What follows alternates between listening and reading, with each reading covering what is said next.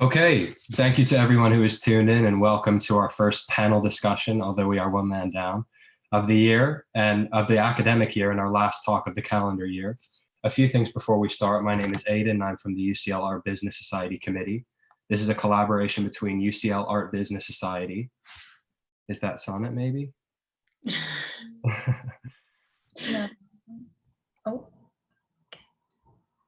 This is a collaboration between UCL Art Business Society, UCL Art Society, and UCL History of Art Society. The panel discussion will last for roughly 50 minutes as we try and find the contrast between curatorship in 3 different areas. Afterwards, we will take audience questions. If at any point throughout the talk you have a question, feel free to post it in the chat.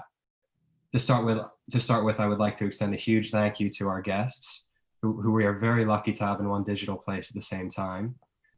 Throughout the discussion, please feel free to respond to what the other panelists are saying. I'll start by introducing Simonetta. Simonetta Fraquelli, an independent curator specializing in early 20th century European art, is consultant curator at the Barnes Foundation in Philadelphia. Fraquelli began her career at the Royal Academy of Arts London, where she worked for over 20 years on a range of exhibitions, including Italian art of the 20th century, pop art, Africa, the art of a continent, and Picasso ceramics. Since 2006, she has collaborated with several leading European and American museums. Her most recent exhibitions include Chagall, Modern Master at the Kunsthaus Zurich and Tate Liverpool in 2013, Picasso, The Great War, Experimentation and Change, with the Barnes Foundation at the Columbus Museum of Art, Ohio in 2016, and most recently, Modigliani at the Tate Modern, London, 2017 to 18. Hello there. Thanks for being with us today, Simonetta. Wan, could you introduce Alice for us? I will introduce Alice. So Alice Stevenson is a former curator at UCL Petrie Museum of Egyptian Archaeology. She is also the senior lecturer in museum studies at UCL's Institution of Archaeology. And she is a specialist in pre-dynastic and early dynastic Egyptian archaeology. Alice, you're on mute. Okay, so I think we'll wait to introduce Sonnet. I think we'll have to wait to introduce Sonnet while she gets here. So I think we'll get started by asking Simonetta a question. Mm-hmm. Simonetta, regarding your work on the Modigliani exhibition, which I attended and enjoyed very much, how did you approach the curation of this exhibition? Good evening. Hello to everybody in London. I'm actually speaking to you from Italy at the moment, the only person I believe not to be in London. Thank you very much, Aidan, for your introduction as well. How did I start working on the Modigliani exhibition? Well, first of all, I should say that it was a collaboration between me and a curator at the Tate, Nancy Eisen. We worked together on the exhibition. Our main idea was to try and present Modigliani in a slightly different way to the way he's been seen in previous exhibitions, and also to get away from the kind of myth of his life and his biography, and to really concentrate on his art. So we decided to consider how a young artist would have reacted arriving in Paris in the early 20th century.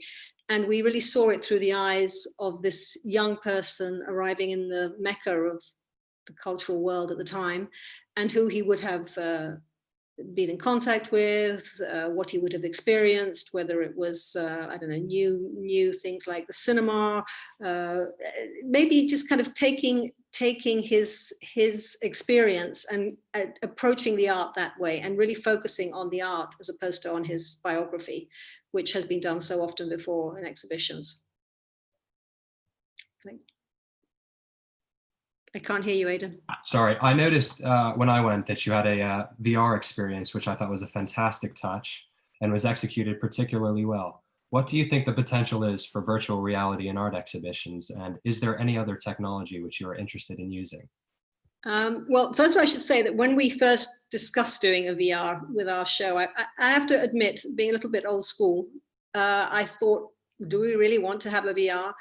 And I was persuaded by my colleagues at the Tate as well that we should explore this. And I think that in the end, I was extremely happy with the result.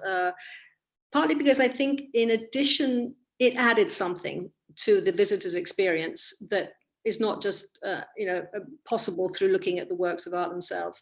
And I think that it obviously has a future. I mean, if you just look at the way we're all communicating now in these rather difficult times, I mean, virtual communication is obviously very important and has developed enormously in the last year, as we've gone through this kind of terrible times.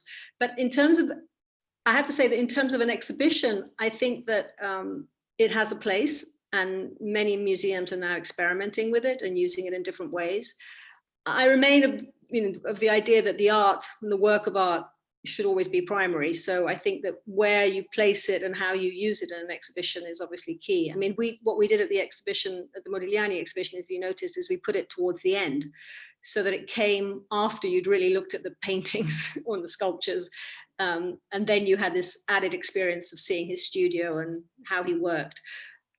I think I mean, in terms of new technologies, where there's, I'm sure there's lots of things being developed even since 2017. I mean, these things are, developing very quickly.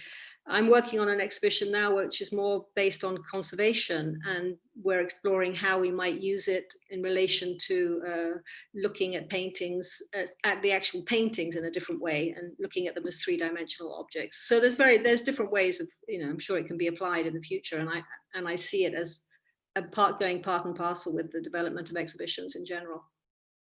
Thank you, Simonetta. I thought it was particularly immersive and memorable myself. And now that we have Sonnet, Mirabel, would you mind introducing Sonnet? Yeah, so now we have our final panelist joining us.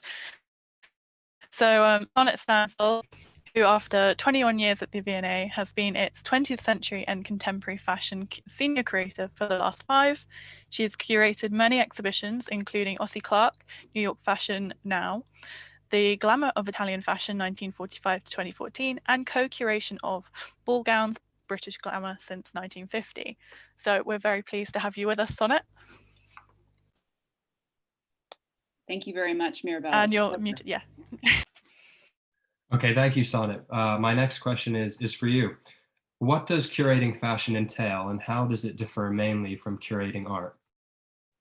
That's an excellent question, and I'm delighted to try to answer it in a few short kind of approaches. One is the fact that because clothes are worn on the body and meant to be shown in motion or perceived to be in motion, it's always a challenge when curating exhibitions of garments to make them come alive. And so that's always the kind of central conundrum. So you will have noticed, if you've attended fashion exhibitions in the last 5 years, that museums kind of dive into their bag of tricks to try to solve this problem. And often it results in what you might call a kind of a spectacle. So lights, camera, action, film, sound. And I think that sometimes perhaps creates the impression that fashion exhibitions therefore are not as rigorous, or that they're not asking kind of tough questions. But I think it's possible to have spectacle and scholarship at the same time. And so, yes, that's one of the central challenges, is dealing with the lack of a human moving body when you're putting on fashion exhibitions, but also because garments are particularly fragile. Textiles are very susceptible to light and dust, and so you have a very short time frame that you can display things for, and they have to be, like many works of art, displayed in very careful, using a very careful approach. And so, from a conservation perspective, displaying garments is a challenge because of all of those criteria. And I think at the moment as well, what constitutes a fashion exhibition is something that's very front and center as a question for my colleagues and I, because often fashion is added into the mix of decorative art shows as an afterthought. And I think it's important to be thinking more critically about the stories that fashion can tell about the lives that we live.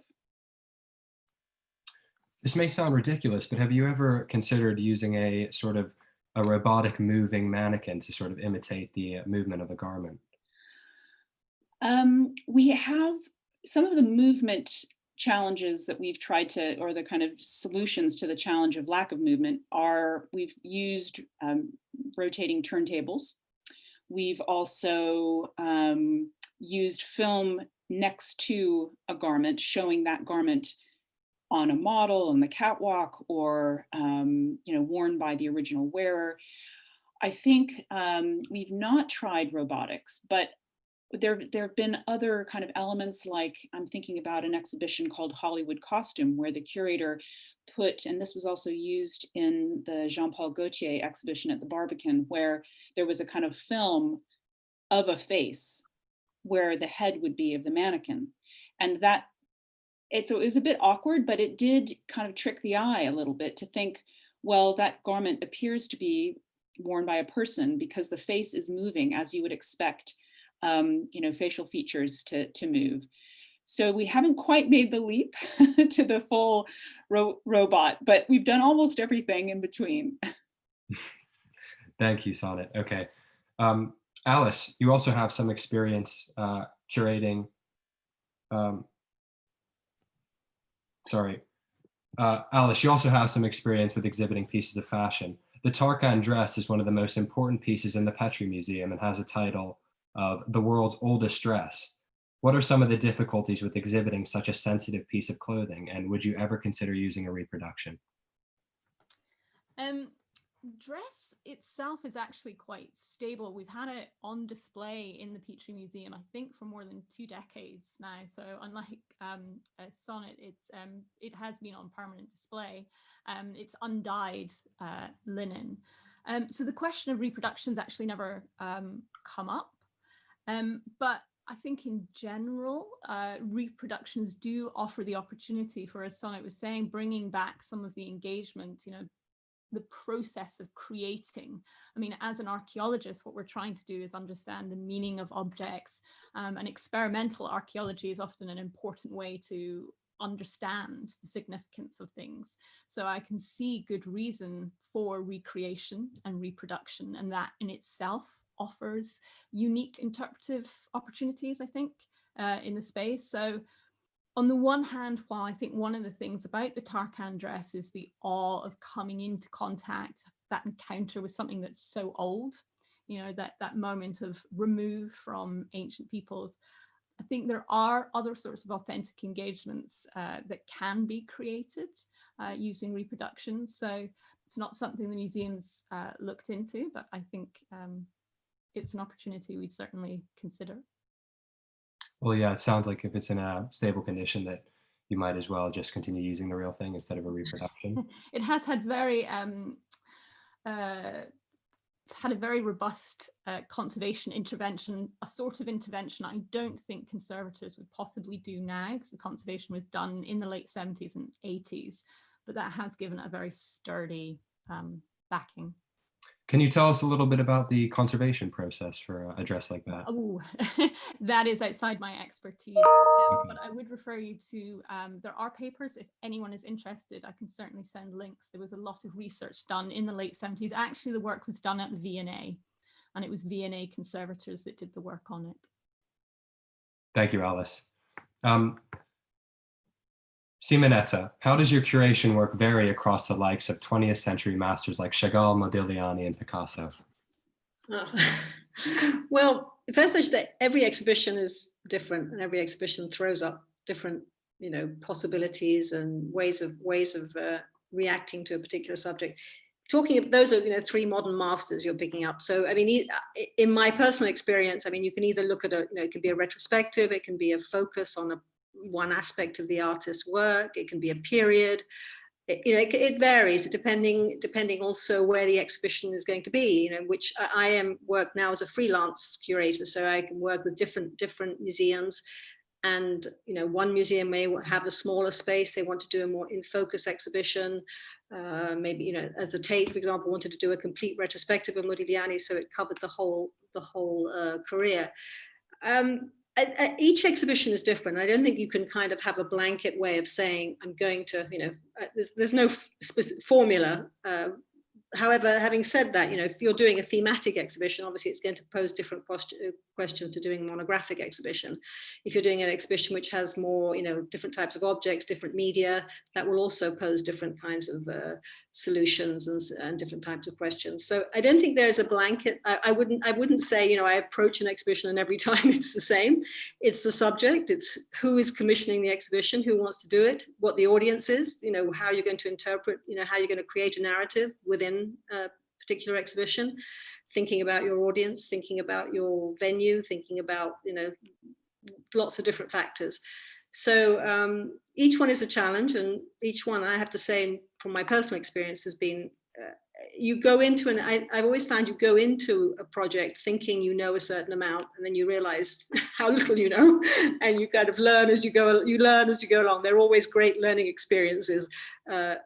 For me as well, let alone for everybody else. So I think that, each one is different. I don't think one can generalize. And going back slightly to what both Sonnet and Alice were saying, though, I think that the crossover between our different disciplines is also a very interesting way of looking at exhibitions. When I was doing a Picasso show, the one on the war, for example, I brought in some of his costumes, which actually I borrowed from the V&A. And I think this idea of, bringing in different disciplines and showing them, as Sonnet says, to kind of bring in fashion into art exhibitions and show them at the same level, more or less. I'm all for that, and for collaboration, and for having more interdisciplinary approaches to exhibitions as well. I listened to an interview, a radio interview with you, where you said that Picasso didn't create any images of war specifically during the war, but did make references to that. How did you confront that in your curation? Well, I was looking at what Picasso was doing during those years, those 4 years, 14 to 18. And I mean, one of the aspects which I was particularly interested was his collaboration with Cocteau and with Satie and making Parade. So I did focus a little bit on that aspect of it. He, as we know, he never really made images of war. He made a few in the Second World War. So, I mean, Memento Mori, that perhaps related to war, or the Korean War in the 50s, but he didn't actually in the First World War make specific paintings. So I worked around different issues in terms of what he was doing, and again, who he was working with, and who he was being friendly with at the time, and different thematic aspects that came in during those war years that weren't necessarily about the war, but related to what was happening at the time. Thank you, Simonetta. My next question is for Sonnet. I understand you were part of the team that selected which pieces from the Dior archive to exhibit at the V&A for the exhibition. How did you decide what did and didn't make the cut for that? Yeah, so I have to give full credit to my colleagues, Oriel Cullen and Constance Carol Burke, who were the two curators that took the baton and kind of carried that exhibition across the line, if you will. But for the first few months, I was working alongside them, traveling to the Dior archive in South Central France, and kind of presented with a kind of smorgasbord of choice. And in part, we were mirroring the exhibition that was curated at the Musée des Arts Décoratifs in Paris. And so we wanted very faithfully to recreate that experience for the visitor in London at the V&A, but we amplified it, changed it slightly. We also wanted to include a section on Dior, the fashion designer Christian Dior in London. So to talk a bit about his London clientele in a way that would make it resonate with British visitors and with international visitors to a London institution. And so I think, you look at, of course, what tells the full story. You look for garments that, of course, will look good on display within, sometimes a very large exhibition hall can be very daunting when you're looking at garments and accessories, which sometimes the scale is kind of diminished. So you need things to kind of hold their own visually, and also to be, of course, in good enough condition that that they can withstand the rigors of display, but the Dior archive is an extraordinary resource. And so it was really more about being spoiled for choice and choosing, as you say. And so the kind of main choice was really sifted through the desire to be as faithful to the Paris version of a show as we could. But of course, the Dior archive is a working archive. They have exhibitions happening all around the world. And so some things weren't available. And so we would look for other substitutes that could kind of tell a similar story. So yes, it was an absolute joy and pleasure to have been a part of that initial experience. But as I say, Oriel and Connie took that project across the finish line. Thank you, Sonnet. Alice, you also worked at the Pitt Rivers Museum in Oxford, another relatively small, academically focused museum. How does the curation of these museums differ from bigger spaces? I think it's interesting. I was reflecting on this earlier. I think universities actually afford more flexibility, and in terms of being able to confront some of the most difficult aspects of collections, particularly their colonial contexts. So that's something that's been very relevant for my work, both at the Pitt Rivers Museum and at the Petrie Museum. And I think my colleague, the new curator, Dr. Anna Garnett, has done a superb job in redoing the entrance gallery of the Petrie Museum. The Petrie Museum, of course, is just, you know, meters away from the British Museum. And actually, I think that's a great asset of the collection because, you know, the British Museum, there's a focus on monumentality, there's a focus on human remains. That's one of the main encounters the public expects for going to the British Museum and seeing an ancient Egyptian collection. And what the Petrie Museum of Egyptian and Sudanese Archaeology offers is a very different encounter, a much more intimate encounter with past material culture. And we have the opportunity to tell these more difficult histories, I think, than perhaps the British Museum has been able to do. And that includes, for example, addressing Flinders Petrie's eugenics link. And that's something that is now explicit in the text panels and is one of the first things that you read about him as you enter the galleries. So I think it's, as a space for dialogue, there's been a lot more experimentation and negotiation, discussion with these sorts of histories. I'd just like to bring up the topic of accessibility to the panel. Can any of you discuss how you have considered accessibility in your work? Accessibility, you mean from the point of view of the public being able to see it? I'm not, how do you mean accessibility? You know, people with disabilities and just sort of trying to reach perhaps a younger audience or a different sort of section of the public. Well, maybe Sonnet, who works both of you are at a museum, so you can probably speak to what happens in a museum today, which is. I can try to kick that off, but I'd also welcome comments from the other panelists. It's an interesting question. I mean, I think from a very kind of top line answer would be that we have a head of interpretation.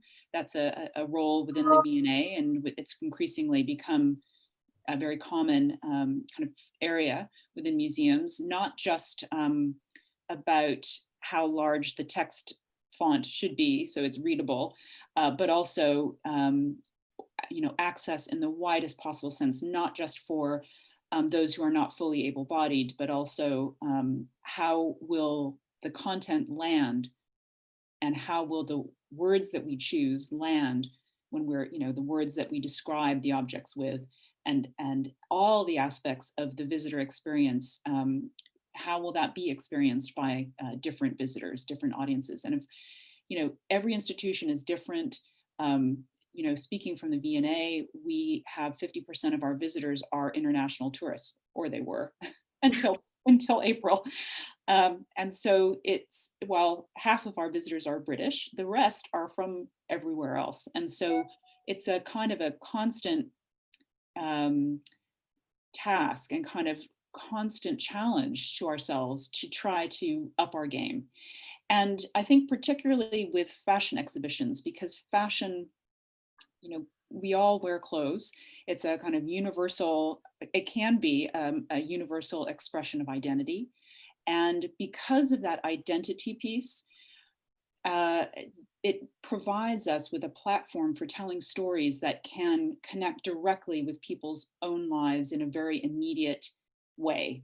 And I think that's becoming, it's making fashion curators think much more carefully about the kinds of stories that we tell in our permanent galleries as well as our exhibitions, particularly with a collection like the V&A's, which has tended to tell stories about the elite. Our clothing has often, that we've collected, been about, been worn by wealthy people, been collected and saved by people of privilege. And a lot of it is in our collection is, you know, from a very high kind of strata of society, the kind of wealthiest people. And we're changing our collecting processes where we're widening out the kinds of clothes that we collect, which will, when we put them on show, we'll be able to hopefully show people things that connect with their own lives so that it's more meaningful. So we need, I guess we just need to tell stories that are much more kind of, that are broader, more inclusive, and we're really challenging ourselves to do that. And I welcome other comments from the panelists. Absolutely, I think you've articulated it very well. I mean, there are the very specific practical things that the museum can do, the Petrie, in terms of physical accessibility. There are, you know, it's not in the greatest location. The museum have done a lot of work with vocal eyes to do that sort of thing. But I think accessibility in this holistic sense is really, really crucial. So particularly for something like ancient Egypt, which is so familiar, you know, school children learn about it. It's on TV documentaries all the time, but actually the perspectives that are provided are often very limited. And so the work is now done to ensure that, you know, what about modern Egypt, for example? What about Egyptian communities, Egyptian diaspora communities, Sudanese communities? There is equally a rich tradition of Black scholarship and understanding Egypt as part of Africa. So Egypt's meant many different things to many different people and is significant in many different narratives. And so it's about being open and bringing that breadth rather than a simple scholarship that just focuses on ancient Egypt, which has largely been constructed in the West. And it's about finding those, giving accessibility to a broader range of perspectives. I think I would absolutely agree with Sonnet. Yeah, I think you've both said it extremely well. I mean, just from an outside kind of curatorial point of view, not somebody who's actually working in a museum at the moment, I think going back to what you were saying about the virtual reality and using different platforms and different formats for reaching a wider audience is something that obviously I think we should be working on and thinking more of, not only about how we introduce people into the actual spaces of the museums, but beyond its doors and how we reach out to more people. And I think that maybe these new ways of looking at art in terms of digital platforms could be a way of reaching many more people than one would do normally. And I mean, obviously most museums have outreach programs and have ways of different types of study programs for all different sections of the society, but to actually do it through a virtual format as well, maybe something we should be looking into more. I would just, if you don't mind, if I just add to what Simonetta has said, I think what's been really remarkable for myself and my colleagues is to see the take-up that has happened during the lockdown and during the COVID period, the take-up for digital offer. And, you know, all of us, I'm sure, have had experiences with exhibitions or projects paused because of COVID. And for example, there was an exhibition on kimono, on Japanese kimono, which opened at the V&A just before lockdown. And right before lockdown, the curator went around, Anna Jackson, she went around the exhibition and with our in-house video guy, and they did a filmed version, tour of the show. And it has been so wildly successful, and of course seen by people all over the world. And we're all thinking, I think we're all considering how our work lives are going to will be changing because of, well, platforms like Zoom. I mean, this kind of a event, we've got a fantastic turnout, and it's because people can connect in a way that they geographically couldn't before. And so it's making us think a lot more creatively, I think, about what's possible. So yeah, just wanted to kind of throw that in there. Thank you, Sonnet. While we're on the topic of accessibility, I'd just like to ask Alice one more thing. The Petrie Museum is quite dense. So while you were the curator, were you trying to increase sort of a turnout? Were you trying to create a bigger turnout from sort of members of the general public who aren't, academically inclined or studying this area? And if you were trying to achieve that, what kind of things were you changing about the curation to achieve that? So the Petrie is, in terms of a physical space, is difficult. We have 80,000 objects there. All of it is stored on site. It's dense display, largely it's visible storage because we don't have any other facilities currently.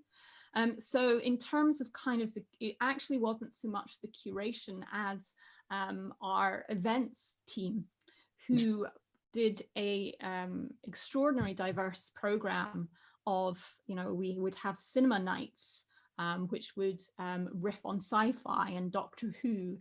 There would be family events. There would be events linked to different times of the year. So they were really creative in the sorts of narratives and interests that they could tap into.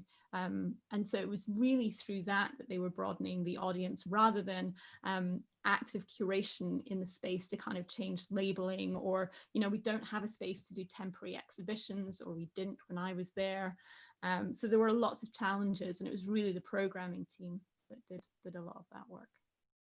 And I think that's quite important to recognize, actually, that as a curator, you're never the lone agent in the construction of these narratives. When you work in museums, it's a complexity of specialists who come together in any interpretive program. So even if I was, doing a redisplay, it would involve the programming team, because that would influence the sort of events they could do. It would involve our front of house, because they were the ones that were in conversation with the public. So it's curation is a broad thing. Totally agree. I agree. Thank you, Alice, for that. Yeah. Sonnet, you started to talk about how you think that perhaps the sort of fashion that has been displayed and put on exhibition recently is perhaps a bit too elitist. And I also understand that for the past 2 years, you've been leading the renovation of the V&A's Fashion Gallery, the most visited permanent gallery within the museum. Will this be used as an opportunity to put the Fashion Gallery on a new trajectory? And if so, how? Could you just tell us a bit more about that? Yeah, I think I would say that it's actually been in recent years that the pendulum is swinging back towards thinking about displaying a more inclusive range of fashion examples. And so very much that's been a part of our thinking when we were thinking about the redisplay of our fashion gallery, which is paused at the moment. But certainly, if you go to the V&A's Fashion Gallery now, you'll see a kind of brief summary of European fashion history from about 1700 to the present day. And I just think one crucial element in our approach going forward is always going to be not just thinking about fashion as a European enterprise. And I think my colleagues on the panel will appreciate the challenges that come with classification and the way that museum collections are named and how they're divided up. And so because the V&A's fashion collection has historically been European, everything else that's fashion is under the responsibility of our Asia department. And so you have this kind of dichotomy where there's Europe in the V&A's collection, fashion collections, and then there's everywhere else. When in fact, I might be acquiring a Japanese designer like Issey Miyake, as well as the Asia department. And of course with fashion, geography and boundaries are ever more fluid. And so I think there's a real room for shifting our thinking and our approach on the kind of geographical side, but also thinking about how, back to this question of how fashion can indicate stories of identity. And one of our most popular online trails in the museum at the moment is the LGBTQ+ trail, which takes visitors either virtually or when they're in the museum around to a half a dozen objects that connect to LGBTQ patronage, artists, creatives. And there's one of those examples in the fashion gallery. But we could do so much more. And so I think that that's going to be another area, along with kind of blending a geographical boundaries, the ideas around how fashion reflects identities in the kind of broadest sense. There's just so much exciting potential to tell more vivid, personal, real stories about people and the clothes that they wear. So I'm excited to do that when the project gets restarted. Thank you, Sonnet. That's very interesting. Simonetta, how has your career and indeed the nature of curation developed from your time at the Royal Academy to your work as an independent curator nowadays? Well, that's a long story in my case. I've been around a long time. When I started working at the Royal Academy, I started as a kind of an assistant, I believe. I can't remember what my exact title was, but certainly wasn't a curator, but a full curator. That took a lot of time. I don't know, once upon a time you could go and work in a museum with, I had at the time, I think an MPhil, I didn't have a PhD.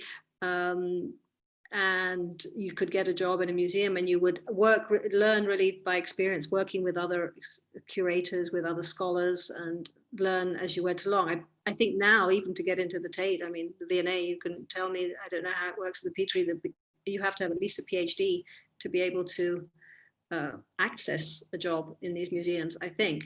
But I think one of the key things for me was the relationship with the objects themselves, which over the years I was able to, at the Royal Academy, see a variety of things. And as you know, the Royal Academy's program is extremely varied. It goes from ancient objects right up to fashion. So I experienced a great deal on a kind of junior level, and then I specialized in modern art after going back and doing postgraduate studies at the Courtauld. So my trajectory was a little bit unusual, and certainly probably very different to what one would do today. But my experience of seeing so much, I think, has been the foundations that allowed me to work as I do today as a freelance curator. Obviously, I was in touch with many museums and with different scholars and working in different periods, and so I have a network of people who I work closely with and who I rely on in terms of, one can't be an expert of everything. I mean, even within, early 20th century, there's only so much that you could know at a deep level. I mean, there's just so much to, in the first, for example, the first 40 years of the 20th century, which I tend to concentrate on, and mostly in Paris, I might say. I mean, there's a whole other group of people working on things in Berlin or working on things in Amsterdam or working, there's whole other areas so you can't be an expert on everything, but you do, with many years of experience, build up a network of colleagues, scholars, people, even they can be even dealers or people who work in auction houses. I mean, it's very, very broad, the network of people that one works with, both within a particular institution and outside of it. And I've been very grateful for the experience I've had. And the Royal Academy, of course, was a great place to work for 23 years. So I did see a great deal there. Thank you. On the topic of just sort of getting into the career, and I also heard that you said that you studied at the Courtauld, which I know from an interview that Sonnet has as well. and said was very important in her career. Sonnet, could you just talk about that a bit more? Yeah, I can talk about the Courtauld because I'm also the chair of the Courtauld Alumni Association. So it's my job to talk about the Courtauld. No, but I do really believe that I have the career that I have because of my experience there. Because I'm originally from the United States. I wanted to study fashion history, and a number of even the American fashion curators that I knew had studied at the Courtauld, and this was going back quite, more than 2 decades ago. And of course, now there's so many wonderful programs out there. The Courtauld certainly is not the only one. I did a master's degree in fashion history there. But I felt at the time, because I did a BA in history of art, that the Courtauld's approach at that time was to look at dress history through the lens of fine art. And so through portraiture and illuminated manuscripts and tapestries, but also literature, I gained a very good grounding in understanding fashion even before the time from which it exists, because prior to about 1600, European fashion is quite fragile, and there aren't that many examples of full ensembles. So you have to look to art to understand what people wore. And I felt as an American coming to the UK that I had a great grounding through my Courtauld MA, which then led me into my first job, which was at the V&A, and then they just couldn't get rid of me. So I stayed for quite, 2 decades at the V&A. Thank you. Alice, I'd like to ask you a question. Of course, some of the artifacts at the Petrie Museum were purchased. How do you trace the provenance of potential purchases? And as is often the case with ancient artifacts, if they are unethically sourced, how do you grapple with that? Great question. Yeah. So this is absolutely staple, I think, of what curatorial work involves, is really understanding the history of your collection, because often you're not curating just objects, you're really curating relationships amongst people, because our labels usually say, collected by or donated by, but behind that is this extraordinary network, this history of circulation where material passes through many hands. There's lots of agencies involved. So, tracing that is crucial for transparency. So in the case of the Petrie Museum, one of the things that we're very fortunate for is an archive. So there is documentation that you can tack back and forth between object and archive. And so Flinders Petrie did keep a record of some of the purchases he made. Stephen Quirk, my colleague, and also former curator, has done a lot of work on that.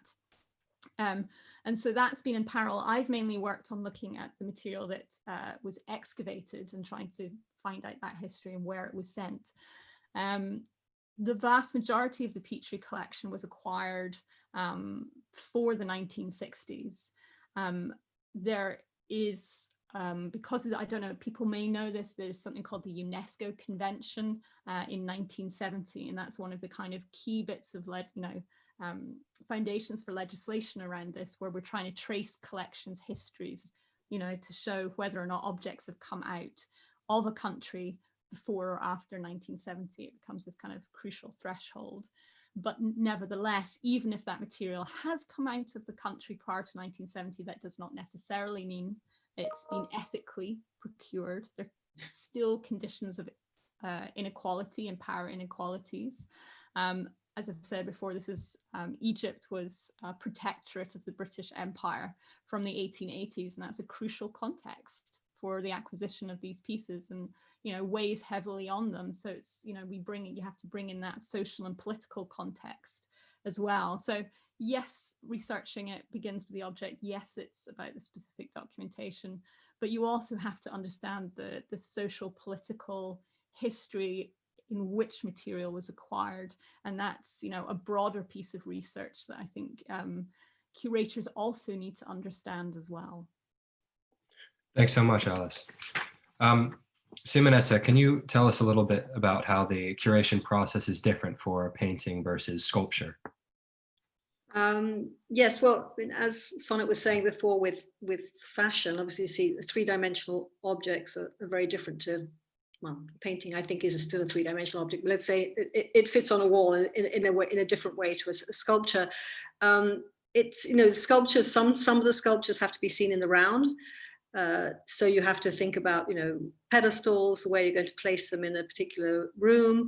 But obviously lighting is very, very important for sculpture, and how, you know, I mean, it depends on the type of sculpture, but I mean, I think of an Italian artist called Medardo Rosso, that, I mean, the way you light his sculptures, it will change them completely. So you have to be very careful about how you light, how you position sculptures. So it is a different exercise to hanging paintings on the wall.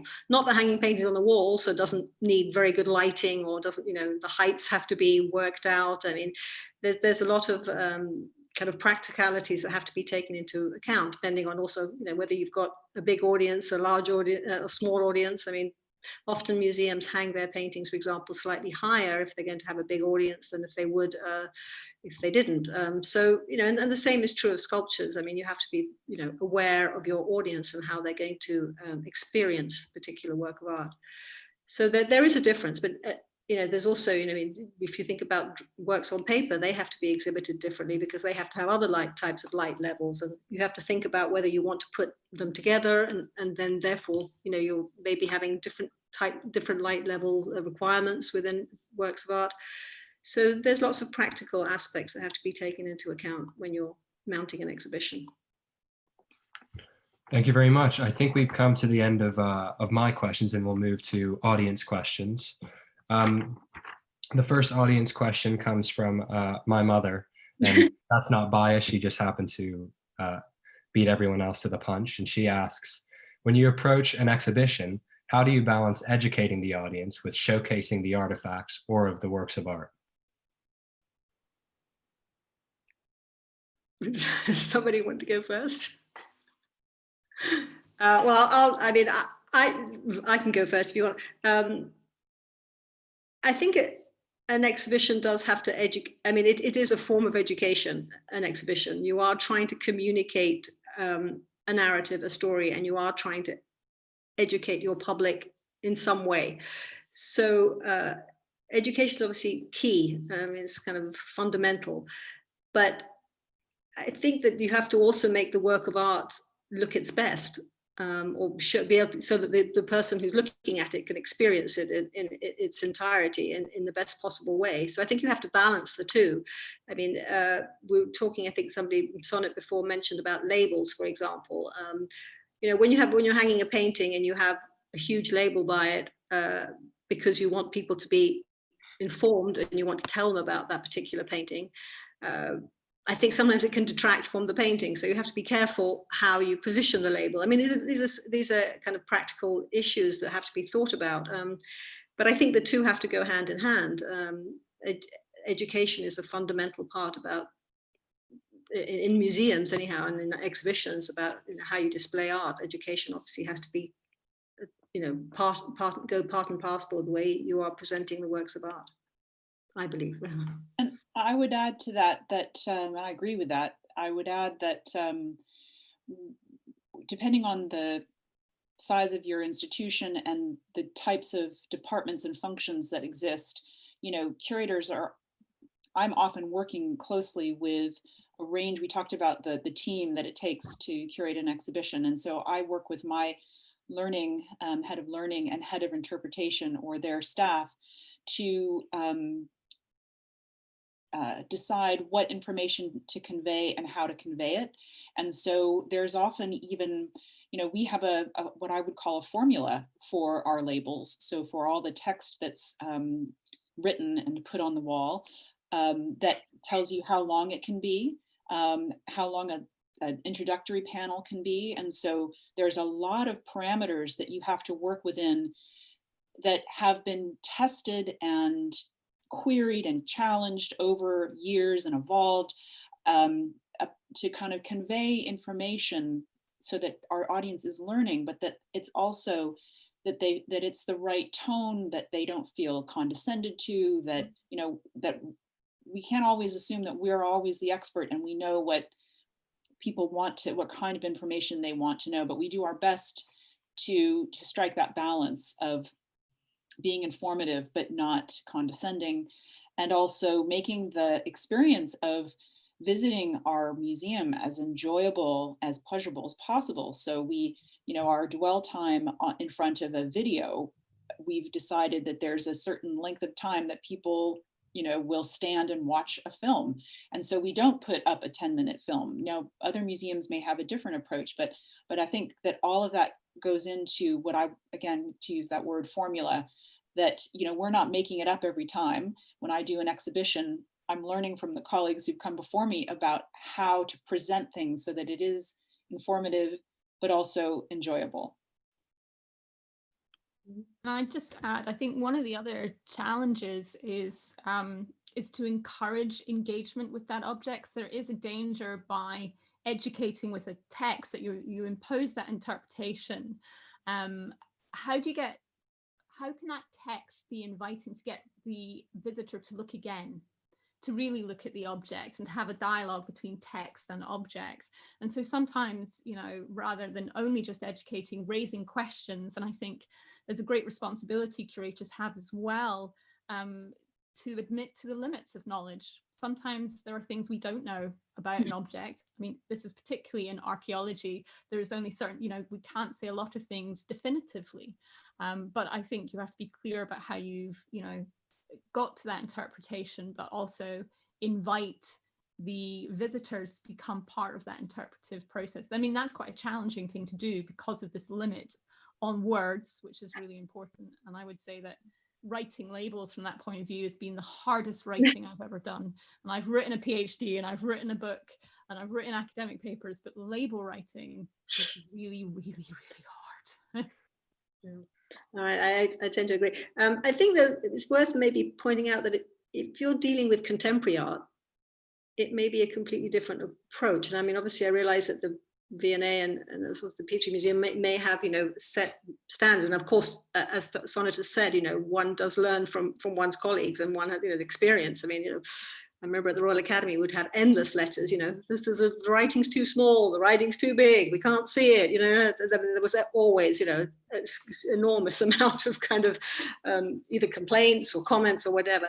But I think that, maybe if you're dealing with contemporary art, you might approach it in a slightly different way to how you're dealing, if you're dealing with ancient artifacts. I mean, I'm just saying that even though I'm sure that within each museum there is a kind of the formulas have been developed over time, I think it also depends on the type of art that you're showing. And I think at the Hayward Gallery they probably do it very differently, for example, to the V&A, or in terms of how they might, if for example, if you've got a performance artist piece or you've got an environment, you might do it differently to how you would do a painting or an ancient artifact. So I think that one has to also think of the context in which this is happening.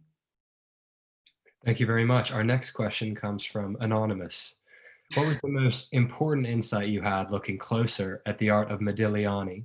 So obviously this is for you, Simonetta, instead of focusing on more biographical content. Well, first of all, I mean, one thing that I think that an artist like, well, with Modigliani specifically, not an artist like Modigliani, is that one tends to think that his paintings are all the same. I mean, this is the general perceived public opinion. Oh, Modigliani's, they're all the same. They've got long necks and, almond eyes. And, Modigliani is very much more varied than one initially thinks. He goes through, even though his career is very short, it's really only 14 years, from the age of 21 to the age of 35, which again is very young when you think about it. He goes through a number of different styles. He's experimenting a lot in that period. So I think that I think that the perception, even out of the exhibition that we put on at the Tate, was that there was a much more variety than one would normally think.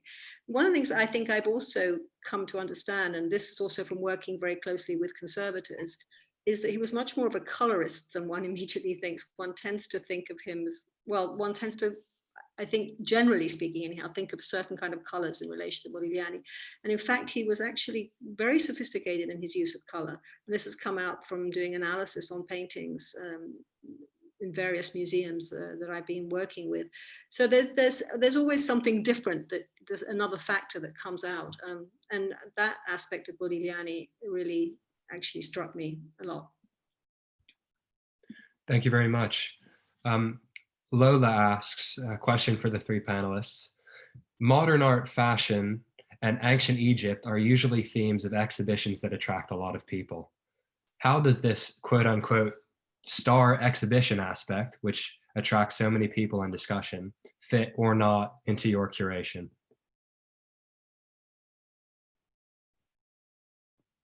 That's a big question. Yeah. And I think maybe I'll just try to grapple with that from the V&A kind of fashion exhibition perspective. And I think that it's not always certain that fashion exhibitions will be popular. And if you're judging popularity by numbers of visitors, I think maybe that's what we'll use as the kind of the marker. And it's not always a guarantee that that will be the case. And so I think, you know, certainly it's true that within a museum like the V&A are exhibitions that have dealt with fashion, or you could also throw in theater and performance, you know, exhibitions like David Bowie, which had a lot of garments in it, stage costume. So perhaps had the perception of being a fashion exhibition, but in fact, were not, strictly speaking, so. There are those big shows that just hit the nerve and people are excited to come, and word of mouth, and it spreads. And a lot of those have been fashion exhibitions, but a lot of our exhibitions that have been popular are not.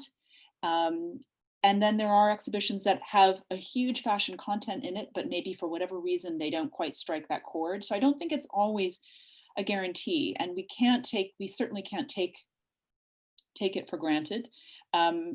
So I think it's really important for all museums, no matter what their kind of past greatest hits have been, to constantly be thinking about what the future holds for their exhibitions, to not always serve up the same offering.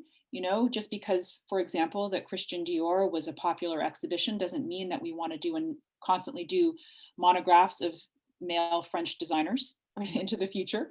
So I think we just need to constantly question and revisit why things are popular, but also what's our responsibility as an institution to tell a wide range of exhibition stories and to celebrate the variety of our collections and our scholarship. So yeah, I'll leave it there. Thank you. Anything to add, Simonetta or Alice? No? I mean, Sonnet said it very, very well. I mean, certainly for ancient Egypt, one of the dangers is falling back on tropes and stereotypes. And on the one hand, there is the cachet that Egypt has remained so popular with the visiting public, but you want to take people from what they know to what they don't know. So you want to see it as an opportunity to take them to those broader narratives, but it's also about communicating with your team. So having been a specialist and having studied Egypt and the history of, you know, displaying Egypt, it's also really important to be communicating with your marketing team, because they too can reproduce those stereotypes to feed into that public, you know, that breathless National Geographic Discovery Channel, voiceover man, ancient Egypt, mysteries, you know, to bring in that public. And so, you know, you need to have these conversations with the staff, as well as trying to change the views of the public as well. So it can be a blessing and a curse. Yeah, I think I have tended to work on, you know, on major figures. I mean, whether Modigliani or Picasso or Chagall, I mean, obviously major figures. But as both the other panelists have said, I think it's important to move away. I mean, looking at Paris, as I do, mostly in a specific period, especially between the two wars, it's also, you know, an opportunity to look at other artists who were working at the time, and you know, who lesser known perhaps, and bring them more to the fore.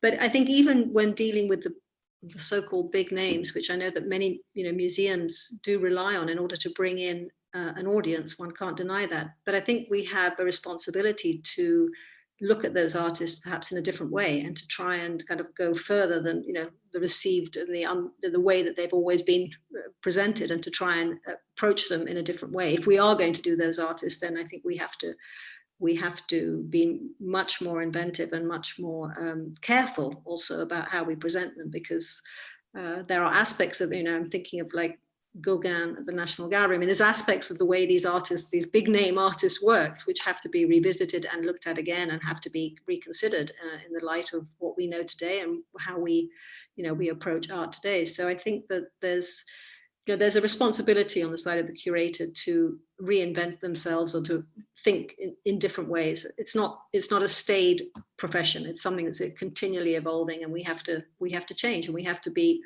aware of what's happening today and be responsible to our audiences. Thank you guys so much. Our next question comes from Clara. Did you first specialize in a particular area, such as fashion, modern art, or Egyptology, and then enter the museum sector, or the opposite? And which path is the most frequent? So I suppose this is a question about, do you first just become very specialized and then make a move in curating in a particular area, or do you just try and, start to work in museums and sort of work your way up from there?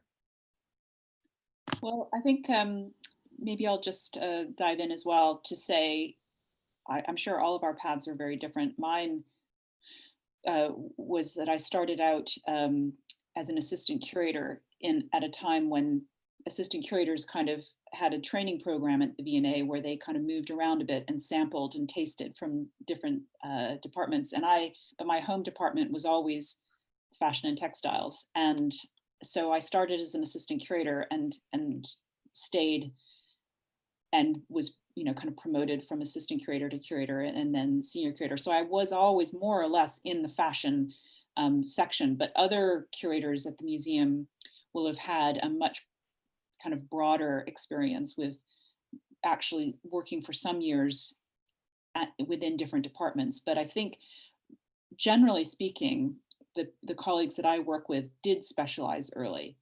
And I know that's not everyone's experience, but that's been, for my kind of cohort of colleagues, that's been very common to specialize early. There's many different paths. I didn't actually specialize in Egypt first time around. I did my undergraduate in archaeology and anthropology, did a bit of everything. And then I did my museum studies degree. And I should say museum studies degrees are, are not absolutely necessary in order to get into the sector. The museum sector needs all sorts of people with all sorts of experience of different sectors. But it was only after that, and I'd been volunteering in museums since I was an undergraduate in all sorts of institutions and capacities.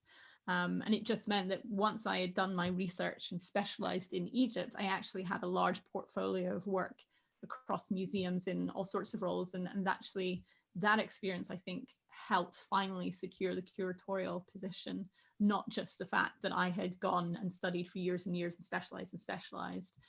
It was that long experience throughout, even when I was, I took a year out, I worked in a shop and I, volunteered in the museum. All of that was relevant in the end.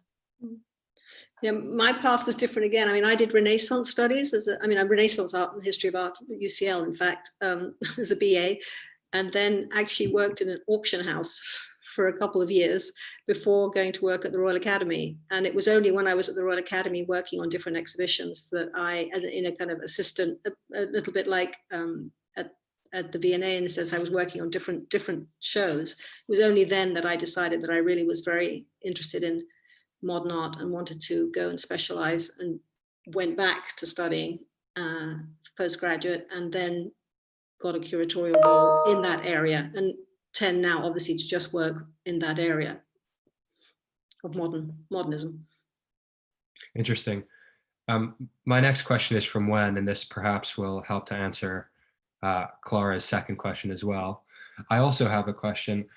We are all students interested in curation, and as established curators, what kind of advice would you give us? For example, is there anything about curation/art, the curation/art world, you wish you knew when you were students like us?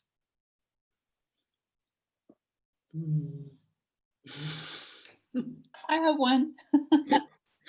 I would say what I wish that I had known when I was starting out was to publish early. Very good one. Yes, excellent.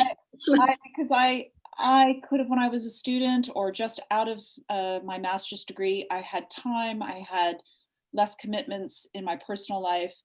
And you know, it gets harder the more senior you get, because you have, at work and outside of work, you have so many competing demands on your time, and writing, particularly academic writing, is time consuming, and it's hard to carve that time out.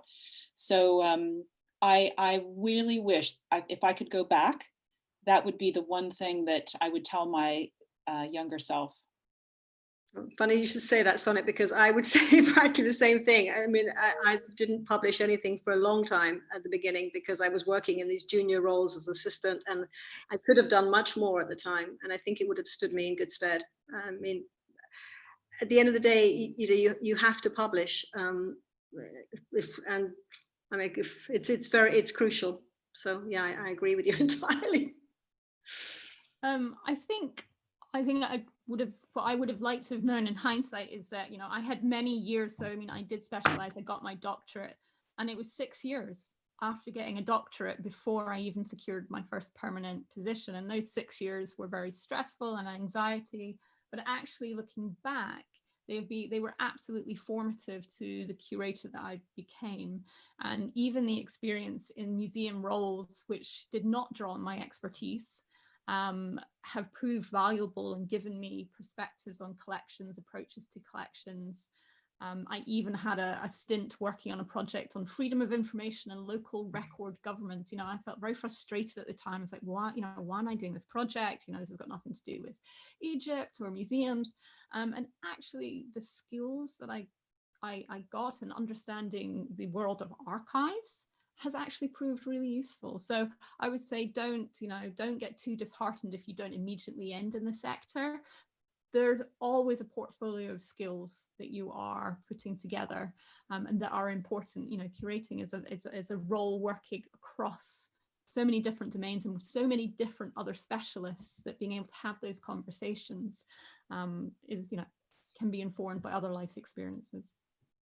I'd like to second that, what Alice has said about not giving up. I think you will inevitably, run into, delays on your perceived, what you think should be your career trajectory, and there'll be delays, there'll be roadblocks. I think that you have to have perseverance, because our field is so rewarding. It's very attractive. It's a kind of vocation, I think, for so many people.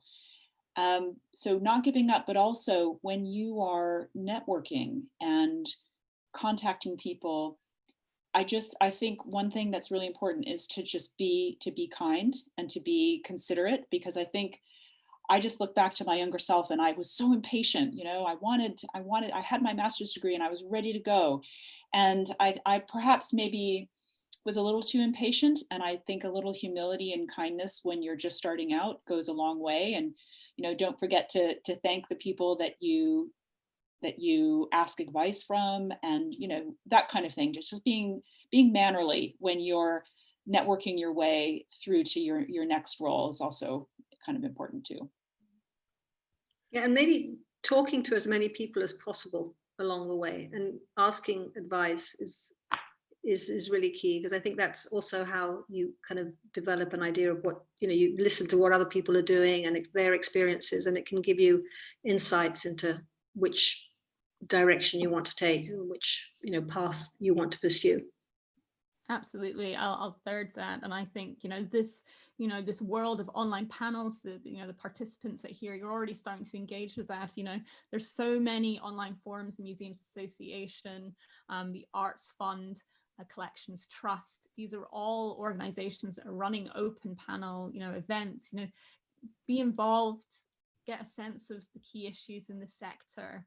So, there's, on the one hand, it takes time to specialize, but on the other hand, you need to see the forest that you'll be, the environment that you'll be working in. So, do take these opportunities. COVID's really opened up this world, and you can pop in to all these different conversations and get a sense of the sort of the issues, and that again will be informative for you. Thank you very much. I think some excellent advice for curator extraordinaire hopefuls. I think we have a couple more questions from the audience, if our panelists would be so kind as to field them.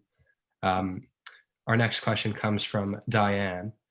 do you think that digitization and artificial intelligence will replace the importance of specialist knowledge currently only accessible to or through academics, to the extent that careers in the art world will change significantly in the next 5 years? I don't think so. In as much as, I mean, there's this new thing, blockchain, for example. I don't know if anybody's come across it. Well, you have, because you had a talk on it, didn't you have a talk on it or something? I thought you had a talk. Me? I definitely didn't give a talk on it, but I. No, I thought you had with your the institute. But I mean, for me, I'm sorry. We definitely did have a talk about. Yeah. I mean, for that, for example, I think there's a kind of move to fix things in time in terms of understanding. I mean, whether it's provenance or about works of art.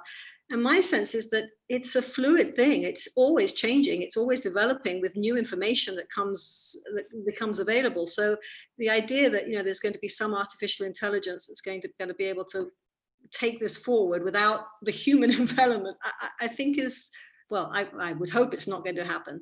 But I think that one has to remember that our histories are always evolving. It's changing. And in terms of, where we are now in terms of Black Lives Matter or any other issues that are coming up now are completely different 50 years ago, and will be completely different in another 50 years in terms of there'll be other issues that we're also dealing with, whether it be the climate, I don't know, but there'll be other issues. So I think that the human involvement is key, and long may it last as far as I'm concerned. Absolutely. I mean, we've seen this narrative turn now in exhibitions and storytelling. It's such a human thing and it needs more empathy. And I think, increasingly we're recognizing that it's about curating relationships. And, I don't think that's something that AI can reproduce. Well, just to generalize, do you think there are any jobs in the art world that will be replaced by robotics or artificial intelligence like that? Any jobs at all in the world of ancient artifacts or art or fashion? Just, if not, don't worry, we can move on to our last question. I'm just trying to think. I can't think of something. I'm sorry, you're muted. I was just going to say one thing that I would like to highlight, and it kind of relates, is the question of whether digitizing our collections, so that is scanning, photographs or paintings or photographing garments on mannequins and throwing them up on the website, will that replace the human desire to see the real artifact? And so I'm just going to put my cards on the table and say that I feel that while that kind of access, digitizing one's collections makes our collection accessible to an international audience, I think it whets the appetite for the real thing. Mm-hmm. And so you could argue, one could say, oh, well, if you're going to digitize all the collections, that will take away that it will replace the need to visit the museum. But I think it actually makes people even more hungry for the real artifact. I would totally agree. I think that we become, it's a bit like we are now. I think we're all desperate to get back and see art and, listen to music and go to the theater. I mean, I think that we miss it. So, I mean, the idea, if we see these things online, it's one thing, but it encourages us to go and actually see the real thing. Okay, so I think we have just one more question before we'll call it a day from Elisa. With exhibitions of art by artists who are still alive, do you interact with them and work with the artist? And if so, how much are they involved with the whole process? Well, I've had worked with living artists quite often. It depends from artist to artist, but very usually they are totally involved. I mean, my experience is to work very closely with the artists. I mean, my closest experience, I guess, most recent one was a long time ago, which was when I worked on Sensation, the Charles Saatchi collection at the Royal Academy many years ago. But all the artists were involved there, and rightly so. I mean, I wanted the artists to be involved.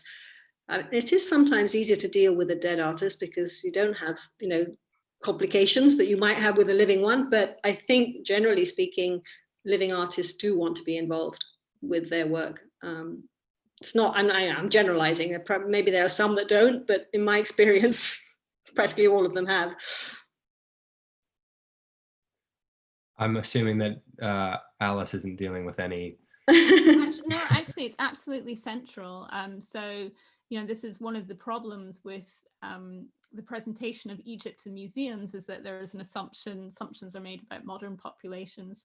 An Egyptian colleague of mine who was visiting the Rosetta Stone was asked whether he could, you know, decipher the hieroglyphs because he was Egyptian, and there was no knowledge of, you know, the way in which Egyptians value their heritage and the way they interact with it in Egypt. And so, you know, working with originating communities, source communities, there's, you know, all sorts of debates about how you want to term it, is absolutely crucial to modern curation across archaeology and anthropology. You are representing other people's heritage, and those conversations are absolutely, you know, vital to have. Okay, I think we can wrap it up there. I'd just like to say thank you ever so much to Simonetta, Alice, and Sonnet for taking part in this today. It was very, very fascinating for me. I learned a lot, and I'm sure many of our audience members did as well. And I'd just like to thank our audience as well. This was a really fantastic turnout for us, and just a great evening. So I'd just like to thank everybody for taking part in this and, you know, wanting to be involved in the discussion. So wishing everybody a fantastic Christmas. And yes, thank you very much. Thank you. What a pleasure. Yeah. Thank you, everyone. Thank you. And thank you to Wen, Mirabelle, and Anna for working with me to make this happen. Thank you. It's been great, like collaborating. Yeah, this has been great for Arts Society. Hopefully we can have more. We're very pleased to work with you. I hope we'll have more collaborations. Definitely. It's very exciting. Okay. Thanks again to our panelists. Thank you. Have a fantastic evening, everyone. Bye-bye. Bye.